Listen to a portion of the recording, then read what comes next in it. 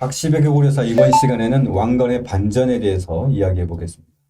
자, 기세등등한 견훤이 드디어 또 하나의 승부수를 던지는데요. 바로 그 유명한 고창 전투입니다. 여기서 얘기하는 고창은 저희가 언뜻 떠올릴 수 있는 오늘날 이 전북의 고창이 아니라 안동 일대를 이야기하는데요. 이 지역을 견훤의 후백제군이 포위를 하기 시작했는데요. 그 고창 전투의 현장으로 가보겠습니다. 먼저 견훤 측이 공격을 해서 이 고창을 완전히 포위한 상황이 되었거든요. 네. 고창이 넘어가게 되면은 또 한 번 이제 왕건으로서는 곤란한 처지에 빠지게 될 텐데, 네. 그야말로 왕건에게 정말 보물 같은 존재죠. 유금필이라고 하는 장수가 또 등장합니다. 저는 만화에서 이제 유금필을 짱가로 표현했거든요. 맞습니다. 예. 왜냐하면 왕건이 진짜 위기에 처할 때마다 짠 하고 나타나가지고 문제를 일거에 해결해 줍니다. 사실 이제 그 당시 여진이나 이런 여러 세력들이 많이 혼재해 있었던 북방 지역을 들어가가지고 이제 평정한 일도 있고, 그 이후에 우리가 앞서 보았던 조문성 전투에서도 유금필이 있음으로 해서 팽팽하게 이제 왕건이 밀리다가 네. 다시 이제 팽팽해져서 화친으로 가게 된 여기에 결정적인 역할을 한 것도 역시 유금필이었거든요.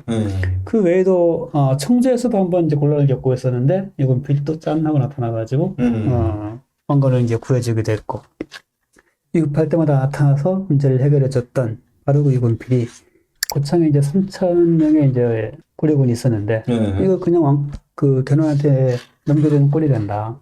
이거 어떻게 해보겠다라고 해서 이제 응군으로 가가지고 결국 이제 포위를 풀어냅니다. 전투를 이제 승리로 가져오게 되는 것이죠. 근데 유금필은 보면은 뻔한 경우가 많더라고요. 해결사로. 그렇죠. 이 사람은 이제 전략 전술적으로도 빼어나고 뭐 무술도 빼어났겠죠. 하지만 전투에 있어서 전투를 임하는 자세가 정말 장수다운 사람이었지 않나.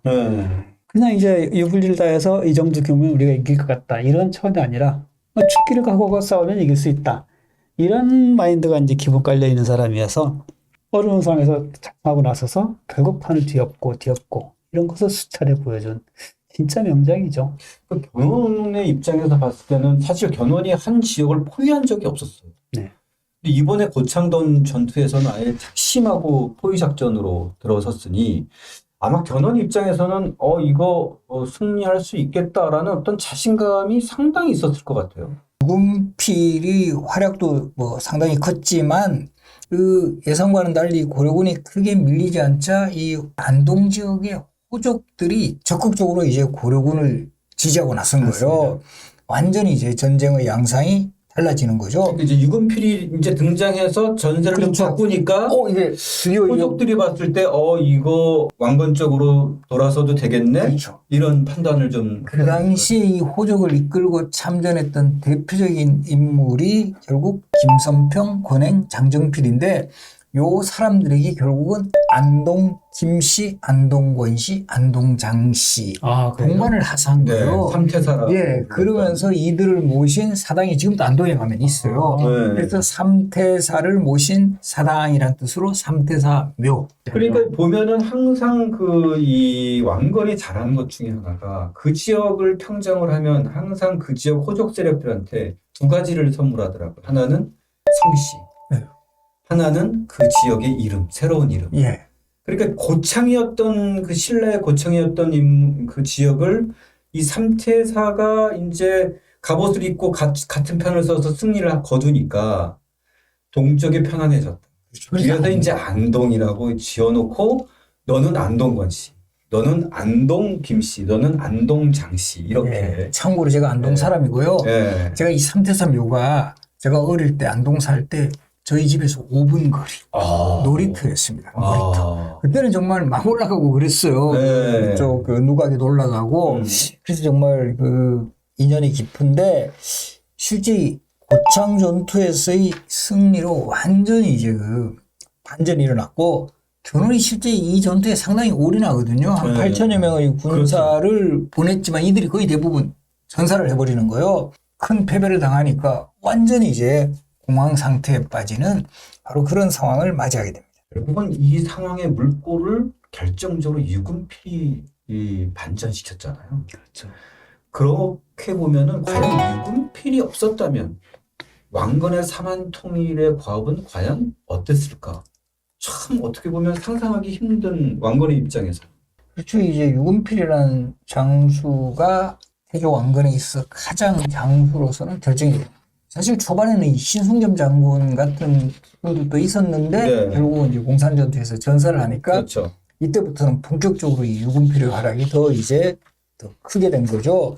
그래서 이 고창 전투에 대표하면서 경상도 지역, 특히 안동 지역을 상실한 후백제군이 이번에는 수군을 이용을 해가지고 서해 지역을 공격을 해요. 네. 바로 이 당시에 고려의 수도가 개성이잖아요. 네. 이 송악인데 이 송악의 코앞에 있는 예성강 일대까지 들어와서 배 100척을 불사르고 대우도 지역을 공격해가지고 약탈을 해갑니다. 이 왕건이 또 상당히 신경이 쓰이는 거죠. 이제는 그렇죠. 막 수도 코앞으로 이제 이 후백제군이 들어오게 되니까 당시 유금필은 또 이때 좀 참소, 그러니까 모함을 당해가지고 이제 유배 중인 마침 그런 거기에. 상황이었어요. 그러다 보니까 이때 유금필이 편지를 보내와서 제가 이미 장정을 선발하고 전함도 잘 수리해놨습니다. 마치 후백제의 공격을 예상을 해서 그곳에 유배되어 있는 것처럼 어떻게 보면 참 뭐 좀 미안할 거예요. 이 참소당해가지고 유배당한 이런 사람이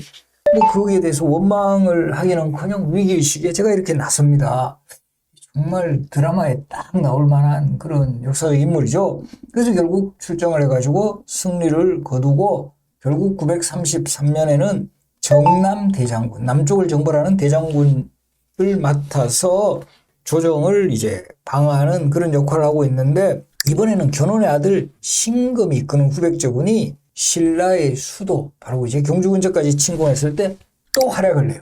이거 막 동해 번쩍 서해 번쩍 막 개성에도 나타났다가 뭐 안동 지역에도 나타났다가 지금 경주까지 가죠. 이 장사 80여 명을 이끌고 출정을 하니까 막 후백제군이 바로 이제 겁을 먹고 또 물러갔다. 이런 이야기가 이거는 약간 예. 과장이 아닐까요?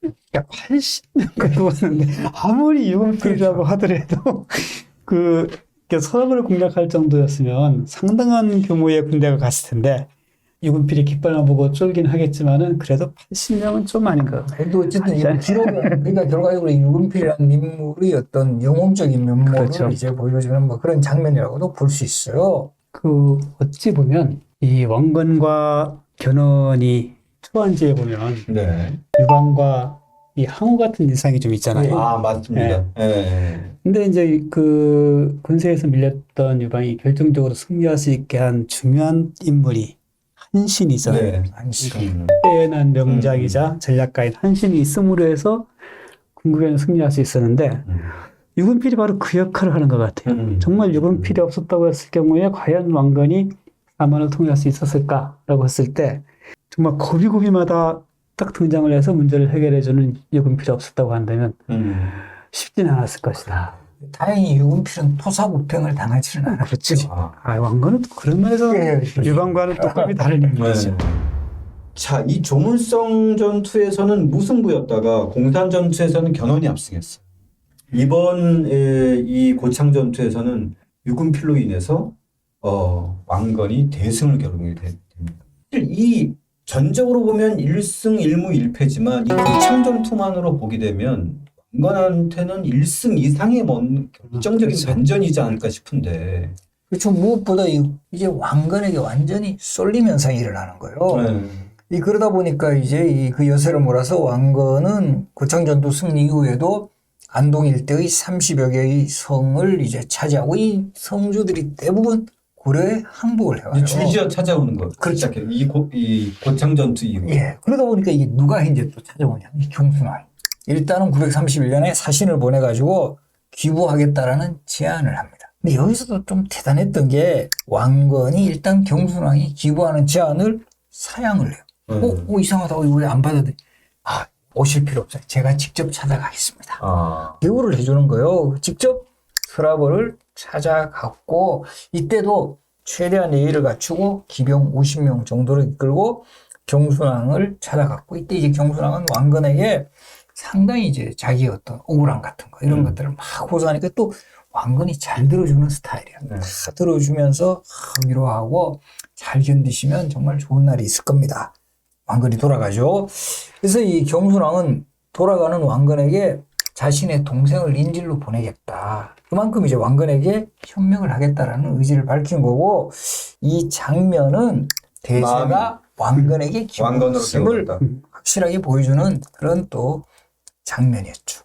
왕건은 왜 못 이긴 척하고 받아줄 수도 있는데 왜 끝까지 이 당시에는 사양했을까요?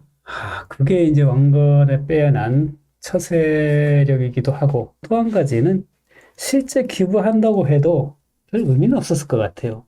왜냐하면 신라가 어떻게 군사가 있거나 해서 기부해 왔다고 한다면 이제 고려와 신라 연합군을 편성해서 견훤과 싸울 텐데, 이거는 신라왕이 와서 기부하겠다는 것 뿐이지 그거에 받쳐주는 건 없거든요.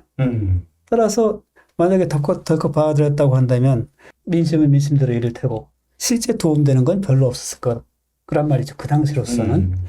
근데 이제 왕건은 그런 것도 이렇게 면밀히 살피고, 또한 이제 어쨌든 민심의 흐름을 바라보는 시각이 굉장히 빼어나지 않았나. 이것이 견훤과의 승부를 가른 가장 결정적인 원인이지 않나 싶어요.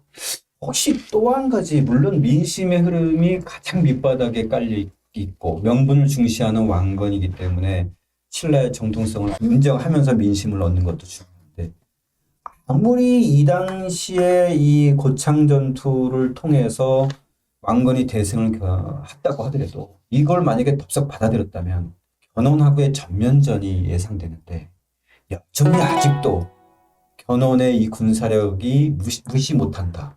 이런 것도 있지 않았을까? 아니, 그러니까요. 결과적으로 시기를 기다린 거죠. 그러니까. 시기를 기다리고 어차피 경순왕의 기부는 뭐 이건 뭐 시간이 해결될 문제고, 또 이 과정에서도 민심이 이제 서서히 이렇게 왕건에게 오는 그런 과정도 지켜보았을 거라는 거죠.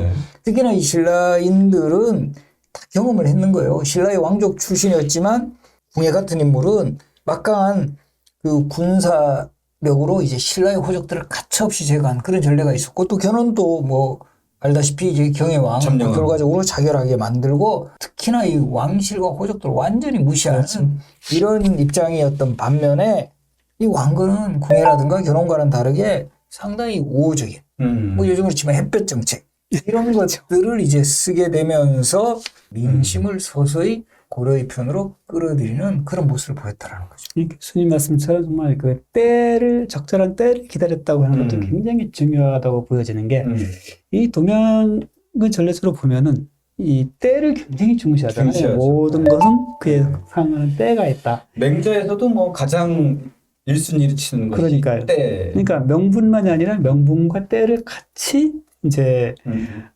바라볼 줄 아는 그런 시야를 확보한 사람이었다라는 거죠.